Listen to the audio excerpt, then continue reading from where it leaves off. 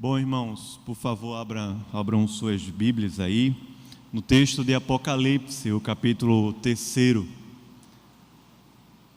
Apocalipse, no capítulo 3. Joia.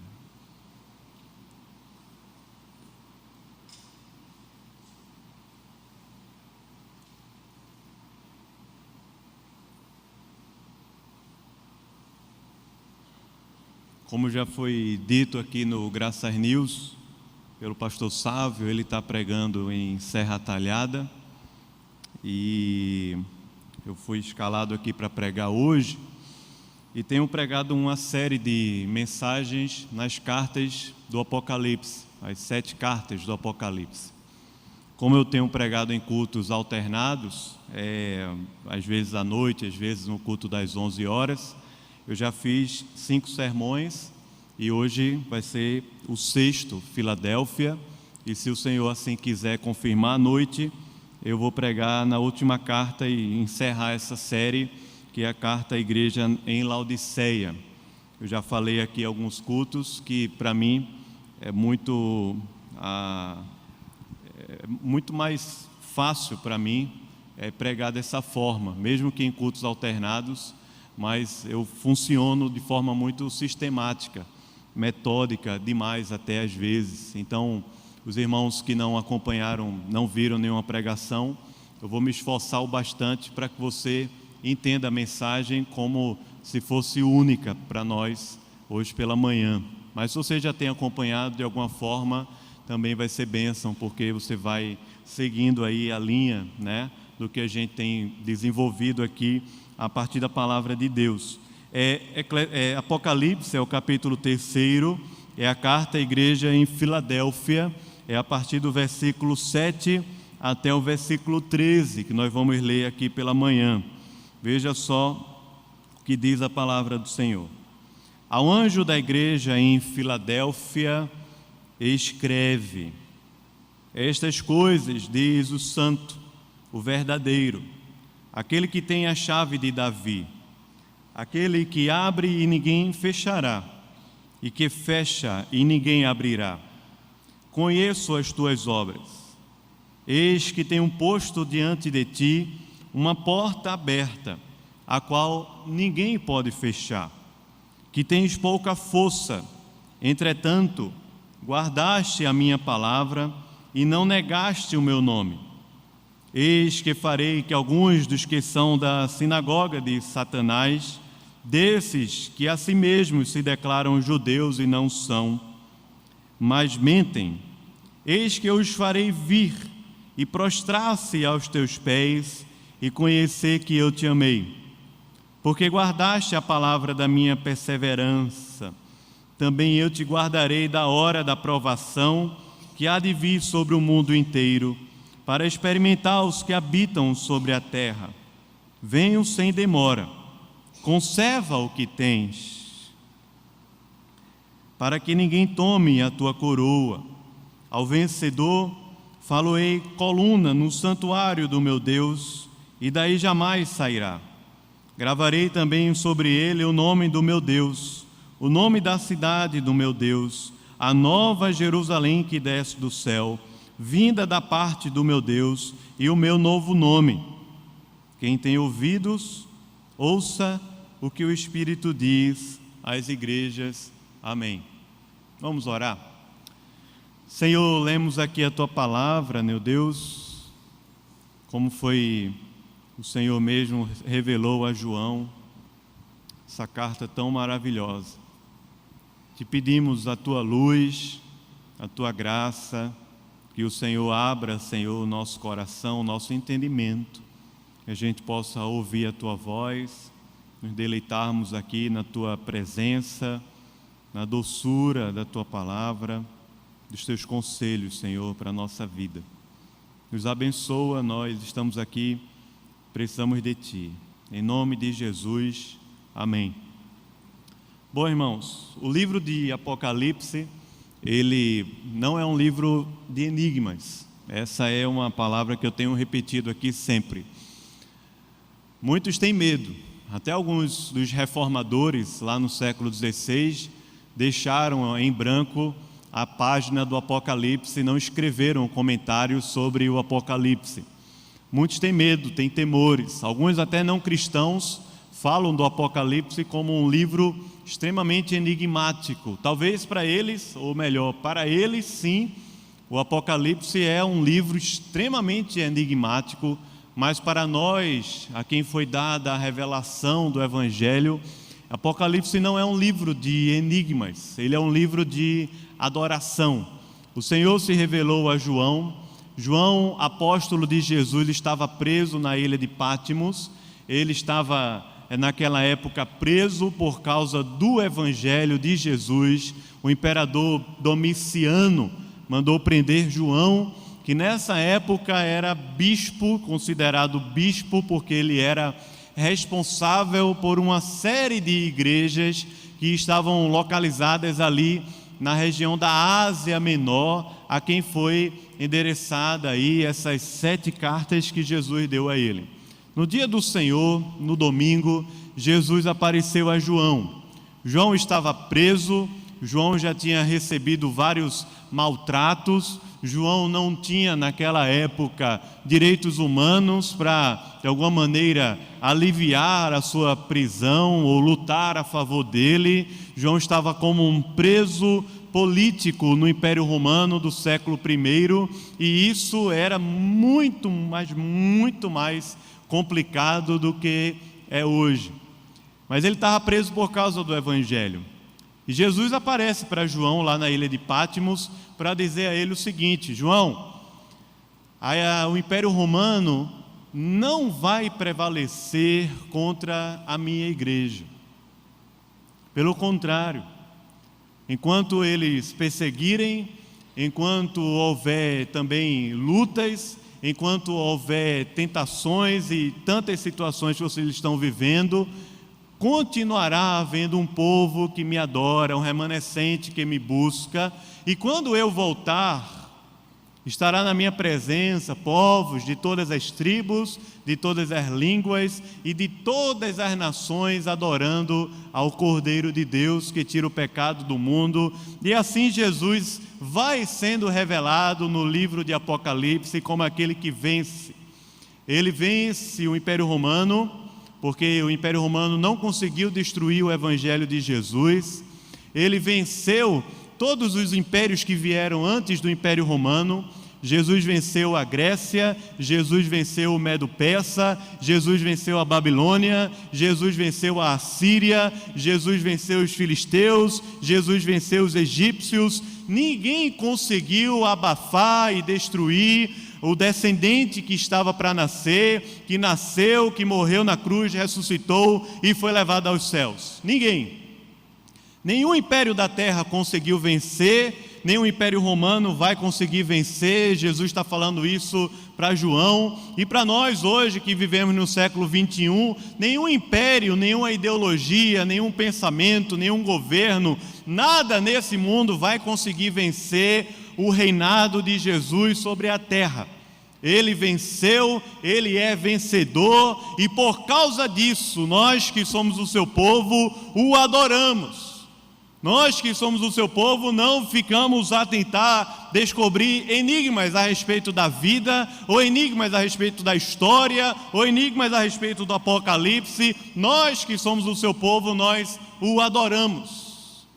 E é assim que Jesus se revela a João em uma série de textos e ciclos aqui no livro de Apocalipse. Esse seria um primeiro ciclo em que Jesus escreve 7 cartas das 7 igrejas lá da região da Ásia Menor, que João era responsável, pastoralmente responsável. Para 2, Jesus não escreve nenhum elogio, nenhuma afirmação de coisas que elas estavam vivendo como sendo louváveis. Jesus faz isso com a igreja de Sardes e com a igreja de Laodiceia, que nós vamos estudar à noite. Para 2, Jesus não escreve nenhuma crítica, nenhuma correção. E ele faz isso justamente para as igrejas de Esmirna e Filadélfia, que nós lemos aqui. Nessas cartas, Jesus se apresenta, ele se afirma a sua identidade para a igreja. Jesus, ele fala sobre o que a igreja estava vivendo, dizendo: conheço as tuas obras, o que vocês estão perseverando, guardando, vivendo no Evangelho. Jesus geralmente corrige alguma coisa na igreja, menos para duas, que ele não faz isso. Jesus também traz uma promessa. A promessa e a apresentação de Jesus geralmente tem tudo a ver com a cidade a qual ele está escrevendo. Por exemplo, Filadélfia. Filadélfia foi uma cidade edificada mais ou menos 140 a.C. Ela era nova. Um rei chamado Átila II, ele fundou essa cidade e deu o nome Filadélfia como uma homenagem ao seu irmão, Eumenes, se não me engano o nome do seu irmão. Ele homenageou porque Filadélfia significa amor de irmão, amar o irmão. Então o rei Átila II funda essa cidade chamada Filadélfia e dá a ela homenageia o seu irmão, dando a ela esse nome. O nome é Filadélfia. O que acontece é que essa cidade ficava localizada numa região muito estratégica. Essa cidade era considerada a segunda Atenas do primeiro século. Essa cidade, ela fazia a ponte justamente entre a Ásia e a Europa. Ela trazia os conhecimentos e a filosofia grega de Atenas e das cidades gregas, trazia para a região da Ásia. Ela era considerada uma segunda Atenas, por causa de ídolos, de deuses, mas sobretudo por causa da filosofia grega e porque ela era considerada uma porta para o Ocidente, uma porta para o mundo. Era assim considerada Filadélfia, uma grande porta aberta para o mundo.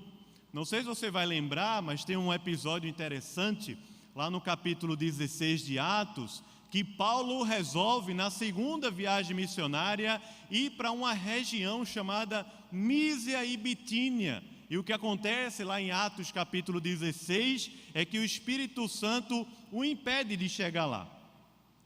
O que acontece é que Filadélfia fica justamente nessa região chamada Mísia e Bitínia, em que Paulo iria pregar o Evangelho, mas foi impedido pelo Espírito Santo. O Evangelho chega ali, a igreja de Filadélfia está estabelecida, como nós lemos aqui no ano 96, Jesus escrevendo uma carta para eles, e essa igreja ela é uma porta aberta.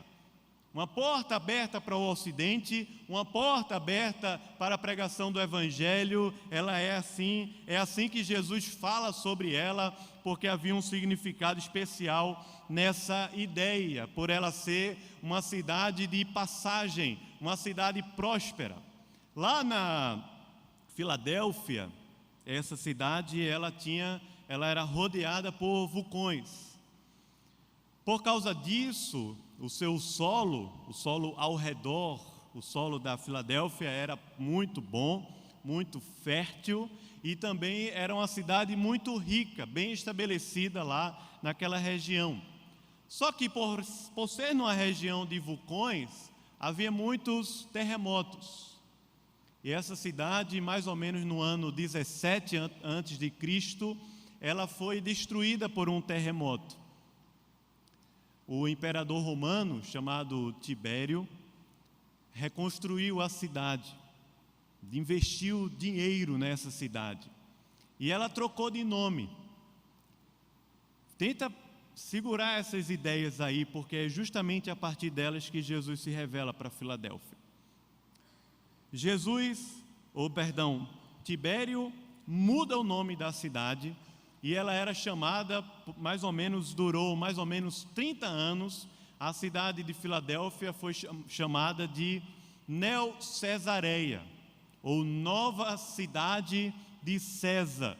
Cesareia foi uma cidade também que mudou o nome para homenagear César, o imperador romano. E Filadélfia passa uns 30 anos, mudou de nome, passa uns 30 anos sendo chamada de uma nova cidade de César, porque Tibério resolveu reconstruí-la. Depois, Vespasiano recebeu uma homenagem também, aqui no primeiro século já. O que acontece é que em Filadélfia mudou de nome mais uma vez. Ela não era mais Neo-Cesareia, ela era agora chamada de Flávia. Cidade chamada Flávia. Alguém tem o nome de Flávia aqui para você? Porque o nome do Vespasiano, justamente Tito Flávio Vespasiano. Então ela foi uma cidade que mudou de nome em vários momentos para homenagear o imperador romano.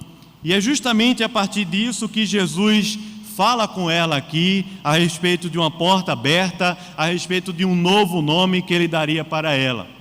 Mas, sobretudo, era uma cidade também que vivia amedrontada. Irmãos, nós que vivemos em Recife, não temos a noção do que é viver numa região em que a qualquer momento pode haver um terremoto. Você já pensou viver num lugar assim?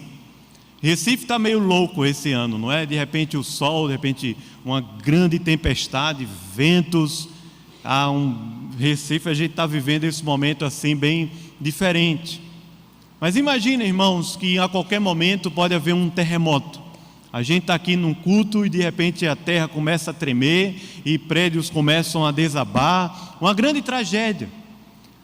O que acontece é que nós recifenses sabemos o que é viver com medo. Vivemos com medo na cidade. Não temos medo do terremoto, mas temos medo de outras coisas. Medo da violência urbana, por exemplo. Um recifense, quando vai para qualquer lugar do mundo e ele faz o check-in no hotel, quando ele termina o seu check-in, a primeira pergunta que ele faz é: tranquilo andar na rua aqui? É tranquilo? Posso sair de celular? Posso andar por aqui? Não tem assalto? E a pessoa olha assim, como assim? É tranquilo? Não, porque eu sou de Recife, lá é assim, assado, é ou não é? É tranquilo andar de ônibus aqui, porque não sei o quê? Nós vivemos com medo. Só que em Filadélfia as pessoas viviam com medo não por causa de assalto, mas viviam com medo por causa do terremoto. Viviam em constante insegurança. Essa cidade foi reconstruída há aproximadamente 100 anos. A qualquer momento a cidade pode ser totalmente destruída por causa de um terremoto, por estar numa região vulcânica. Há um clima, há um senso de insegurança imenso. E o que é interessante é que, apesar da insegurança, há muita riqueza, há muito desenvolvimento, há uma terra fértil, há uma escola do saber aqui muito desenvolvida, porque ela era a segunda Atenas daquela época. Há em Filadélfia uma proposta de uma cidade extremamente próspera, tecnológica, educacional, filosófica. Mas por trás de tudo isso, há muita insegurança, há muito medo na cidade de Filadélfia. É exatamente assim a equação dos dias que nós vivemos. Tem um sociólogo chamado Zygmunt Bauman, que já citaram tanto ele que enjoou, né? O mundo enjoou de Bauman, tanta gente que cita ele. Mas Bauman é muito preciso quando ele analisa a sociedade. Ele não acerta na solução que ele dá. Bauman não conheceu a Deus nem ao Evangelho. E por causa do Evangelho nós conhecemos a verdadeira solução. Nós não precisamos de nenhuma ideologia científica, nem filosófica, nem política. Nós já temos a Cristo, e em Cristo nós já temos uma história, uma meta-história, uma cosmovisão. Nós já temos uma resposta, nós já temos uma solução. Mas às vezes nós cristãos não sabemos os problemas mais que vivem ou que sobrevivem ao nosso redor. Não sabemos. Vivemos muitas vezes os nossos guetos e a nossa cultura gospel e não sabemos os perigos e as situações que estão ao nosso redor. Bauman é muito preciso quando ele diz que esse mundo, apesar de extremamente conectado, está totalmente fragmentado. Apesar de extremamente protegido, está muito inseguro. Nós vivemos conectados com o mundo inteiro, por rede social, a quantidade de seguidores e pessoas que você segue no mundo, pela internet, por onde você pode navegar através de um computador ou até mesmo de um celular, por uma televisão smart. Vivemos conectados ao mundo inteiro. Ao mesmo tempo, vivemos extremamente fragmentados e divididos enquanto sociedade, por que não dizer enquanto igreja. Ao mesmo tempo em que vivemos cheios de tecnologias, cheios de prosperidade, cheios de riquezas, cheios de coisas e facilidades ao nosso redor, mas parece que quanto mais essas coisas crescem ao nosso redor, nos tornamos cada vez mais inseguros na vida. Nós construímos muralhas imensas, colocamos em cima delas cerca elétrica, colocamos dentro daquela muralha câmeras de segurança, colocamos também cachorros ferozes para guardar a gente, colocamos um adesivo de segurança, colocamos grade em todas as janelas e portas da nossa casa, nos fechamos no nosso quarto, no nosso mundinho, achando que quando estamos na frente da TV, estamos acessando o mundo inteiro, mas quando tem um barulhinho diferente, nós morremos de medo, porque vivemos inseguro. Nós temos medo de criar os nossos filhos. Vivemos amedrontados no mundo. E parece que quanto mais coisas, quanto mais tecnologia, quanto mais prosperidade, mais amedrontados nós vivemos. Bauman é preciso nessa análise, mas ele não é preciso na solução.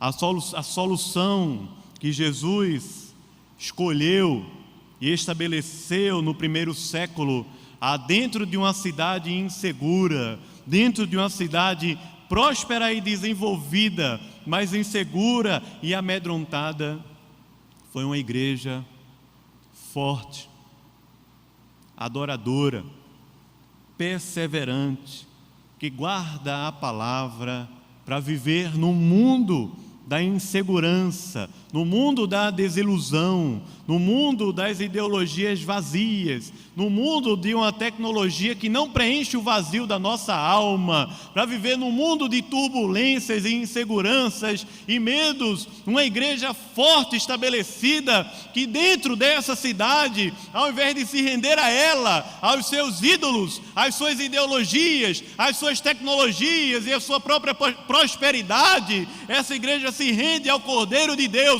adora a Jesus e anda firme e forte nessa cidade, porque ela sabe de que não está estabelecida sobre fundamentos falsos e fracos, mas está estabelecida na cidade como uma coluna forte que ninguém vai conseguir derrubar. É a mensagem que Jesus trouxe à igreja da Filadélfia. Por favor, olhe o texto, você vai ver como essas coisas se encaixam bem. Eu vou tentar sintetizar por causa do tempo aqui.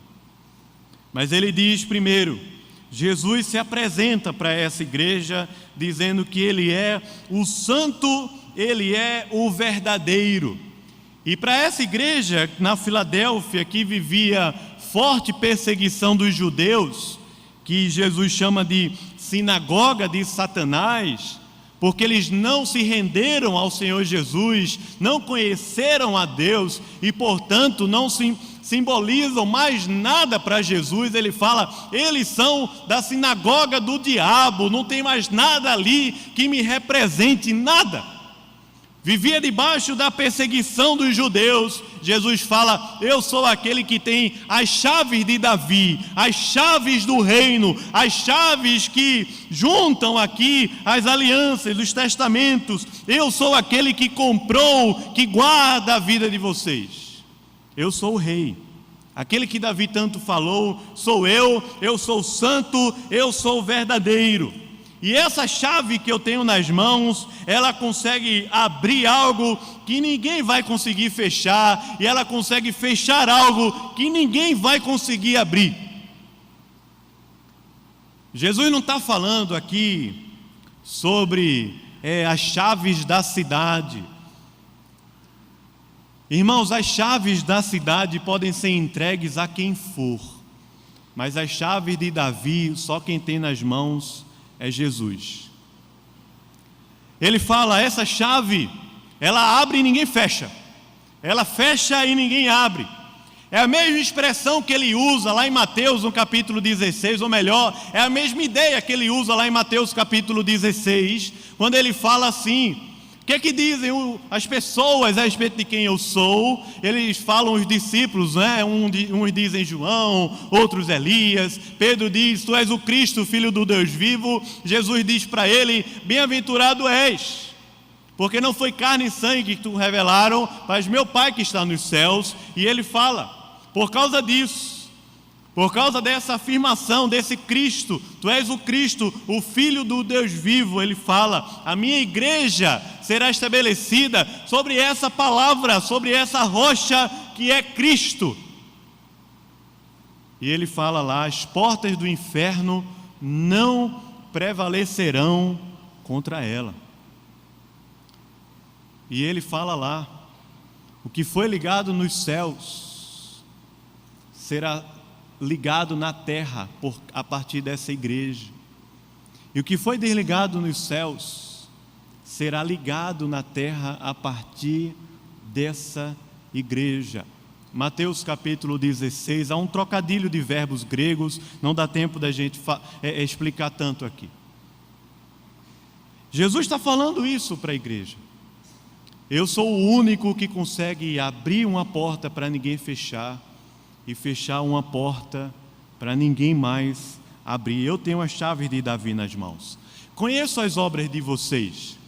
Eu sei que vocês vivem numa cidade próspera, científica, tecnológica, cheias de ideias, tantas e tantas ideias, um pluralismo tão grande aí na Filadélfia. Eu sei disso. Mas veja só, nessa cidade, eu tenho colocado vocês, eu tenho posto diante de vocês uma porta aberta, a qual ninguém pode fechar. Vocês não têm muita força, é verdade. Vocês não têm assim tanta riqueza, tanta tecnologia, não têm tantos títulos, vocês não têm tanta força, é verdade.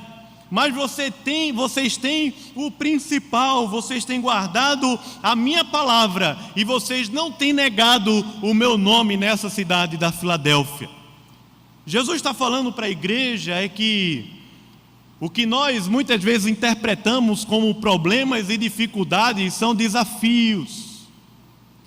O que nós muitas vezes olhamos e interpretamos como barreiras para o Evangelho, como barreiras para a igreja, como barreiras para o reino de Deus, na verdade são desafios, que muitas vezes Jesus está abrindo portas e mais portas para a gente se envolver no mundo, não ser do mundo, mas nos envolver no mundo, pregar o Evangelho ao mundo, amar as pessoas que nos perseguem, amar aos ímpios, fazer o bem aqui na terra.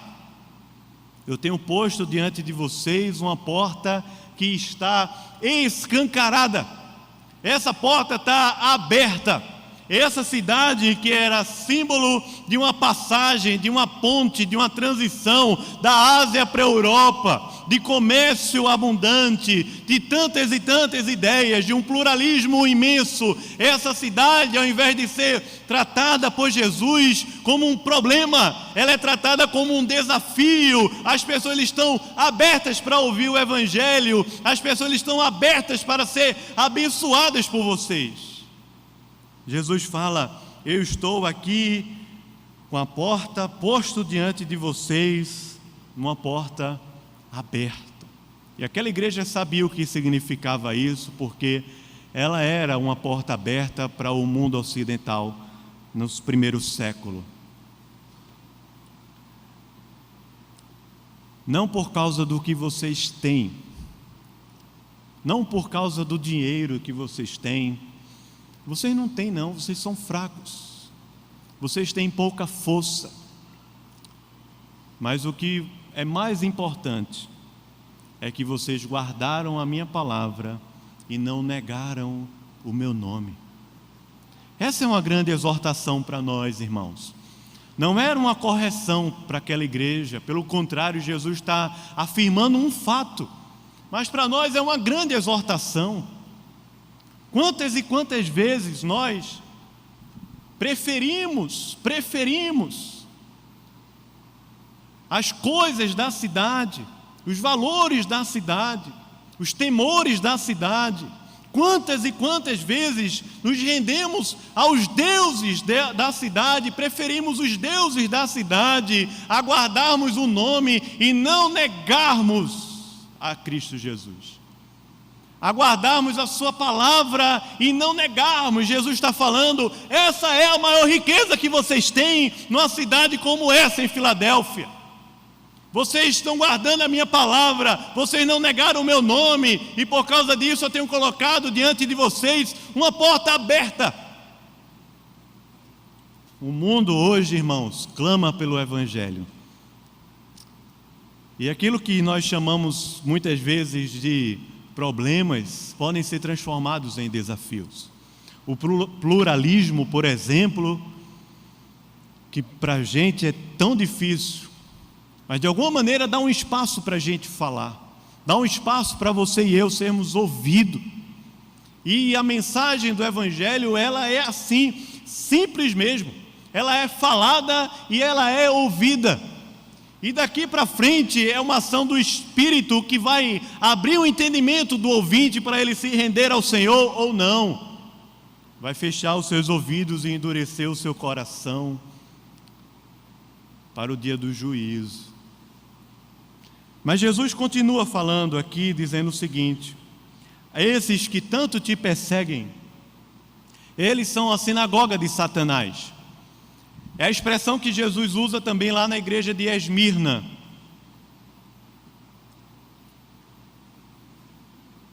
Para falar com os judeus que perseguiam a igreja do Senhor Jesus. Ele fala, eles são a sinagoga de Satanás. E eles não representam mais o governo de Deus no mundo. Não representam. Quem representa o governo de Deus no mundo é a igreja do Senhor Jesus. Porque nós fazemos parte do Messias que tem nas mãos as chaves de Davi. A história não é contada para a gente da maneira bíblica, mas a nossa história, ela é a história bíblica. Nós estamos vivendo nessa era, adorando ao Cordeiro que tem nas mãos as chaves de Davi, no poder da ressurreição, até quando Jesus Cristo voltar e poderemos viver com Ele, com o nosso corpo totalmente ressurreto e glorificado, aqui na terra, irmãos, aqui na terra restaurada. Jesus está falando, esses não representam. O Império Romano, que mudou o nome de vocês várias e várias vezes, o governo, o poder, não são eles. Eles não representam o governo de Deus no mundo. Deus governa o mundo através do seu reino. E esse reino de Deus habita dentro de nós, que somos a igreja do Senhor Jesus, a igreja que é invisível, que vive na realidade e no poder do Espírito e da palavra aqui na terra. É assim que Deus governa o mundo. Não é o Império Romano que está dando nomes e mais nomes a vocês, não são os judeus que acham que governam e têm nas mãos a maior revelação, não são eles. Pelo contrário, todos eles vão se prostrar diante de vocês que julgarão o mundo. Porque Paulo falou que nós em Cristo já estamos assentados nos lugares celestiais. Então Jesus está falando para aquela igreja, para ela continuar guardando o seu coração, guardando a palavra e guardando também a palavra e o Evangelho, não negando o nome, no momento da provação que estava para vir. Jesus fala para aquela igreja que está para vir uma grande provação. Nós não sabemos qual. Nós sabemos que é realidade nossa, que viveremos e teremos provações. E Jesus não exclui isso. Não existe igreja perfeita, irmãos. As igrejas do Apocalipse, elas tinham dificuldades e Jesus fala com elas. A igreja de Corinto, no Novo Testamento, tinha dificuldades e Paulo diz que ela é a igreja de Deus, é a igreja de Jesus. Essa igreja passaria por provações. Nós não sabemos qual, talvez do Império Romano, talvez uma perseguição maior dos judeus, não sabemos qual. Mas é interessante notar que um bispo chamado Inácio de Antioquia, mais ou menos 10 anos depois, escreveu uma carta para os irmãos de Filadélfia. Interessante, isso é um dado histórico, irmãos, não é palavra de Deus. Mas 10 anos depois, o bispo que foi discipulado por João, chamado Inácio de Antioquia, ele escreveu uma carta. E nessa carta, 10 anos depois, ele está exortando aquela igreja para que ela voltasse a reconhecer a autoridade do pastor daquela igreja. Inácio relata na sua carta que 10 anos depois essa igreja estaria vivendo um grande problema na sua liderança. Talvez fosse essa a provação que Jesus estava se referindo, eu não sei. Mas o fato é que nós teremos dificuldades e problemas. Mas em meio às provações, o que nos resta é guardar a palavra e não negar o nome do Senhor Jesus. Ele fala no versículo 11: venham sem demora, conserva o que vocês têm, não precisa de coisas novas, preserva o que vocês têm nas mãos, a palavra, o Espírito, o Evangelho. Celebramos a ceia como uma maneira de conservar o que temos, a história da nossa salvação. Conserva o que vocês têm nas mãos, não precisa nada novo, vocês já têm tudo o que vocês precisam. São fracos para o mundo, são escória para o mundo, mas já tem tudo o que vocês precisam. Vocês são ricos, para que ninguém tome a sua coroa. E a promessa que Jesus faz a essa igreja, ela tem um significado muito especial. Ele fala ao vencedor, ou seja, aquele que perseverar, aquele que tomar, como é uma linguagem bem pentecostal dos nossos dias, tomar posse da vitória, aquele que se apropriar da vitória de Cristo, esse aí, não viverá inseguro, não viverá com medo de que a sua casa caia na sua cabeça por causa dos terremotos.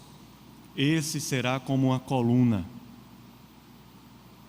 expressão de um firme fundamento, mas não um fundamento terreno. Não está falando da coluna do templo de Jerusalém, não é aquela coluna lá, mas é a coluna da nova Jerusalém, que ninguém vai conseguir destruir, que nenhum poder antes de Cristo e nenhum poder depois de Cristo consegue destruir. Ele será como uma coluna, numa cidade que vivia amedrontada por terremotos. Ele fala uma coluna que ninguém vai conseguir destruir. E essa coluna não é uma coluna própria que aponta para si, mas é uma coluna que aponta para a presença de Deus ali naquela cidade. Ele fala ao vencedor: faloei coluna no santuário do meu Deus, e dali jamais sairá, porque terá gravado sobre ele o nome do meu Deus e o nome da cidade do meu Deus, a nova Jerusalém, que desce do céu, vinda da parte do meu Deus, o meu novo nome. O que Jesus fala como promessa para aquela igreja é de que eles seriam como uma coluna em meio a uma cidade turbulenta, insegura e amedrontada, e que ninguém conseguiria mais mudar o nome daquela cidade. Ninguém. Ela que fora chamada de Filadélfia, depois mudada pelo imperador romano, Tibério, depois por Vespasiano, né, o imperador. Ninguém vai conseguir mudar mais o seu nome. Aqui nesse único verso, é tanto pronome pessoal, você já viu? Meu. Há uma ênfase tão forte aqui de Jesus. Ele fala: coluna no santuário do meu Deus. Gravarei sobre ele o nome do meu Deus, nome da cidade do meu Deus, a nova Jerusalém que desce do céu da parte do meu Deus, e eles terão o meu novo nome. Aquela pedrinha branca que ele falou para a igreja de Pérgamo, que estava ali escrito um nome que só saberia quem tivesse ela, o meu novo nome, que ninguém vai conseguir mudar, ninguém vai conseguir apagar, porque a grafia, ela foi gravada, e a grafia que foi feita nesse nome foi do próprio sangue do Cordeiro de Deus, que tira o pecado do mundo. Não é uma postagem de mídia social que você pode apagar, nem um bordado que você pode queimar. Ela é gravada pelo próprio sangue do Cordeiro.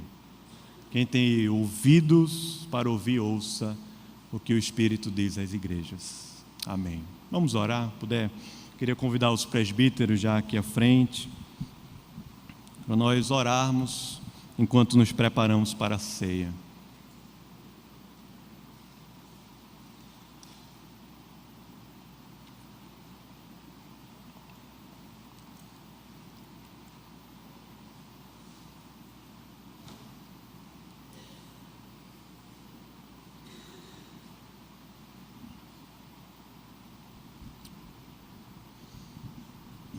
Vamos orar, irmãos.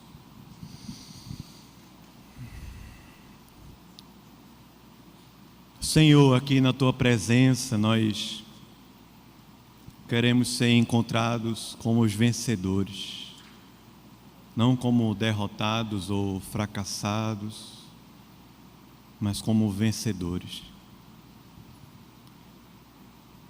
Nessa cidade louca que vivemos, insegura, e o Senhor continua com a mesma estratégia, estabelecer igrejas que te adoram, que são fortalecidas pelo Senhor e pela Tua palavra,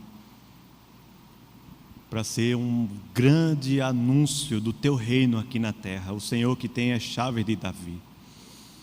Então nos fortaleça e nos abençoe, nós precisamos de Ti, Senhor.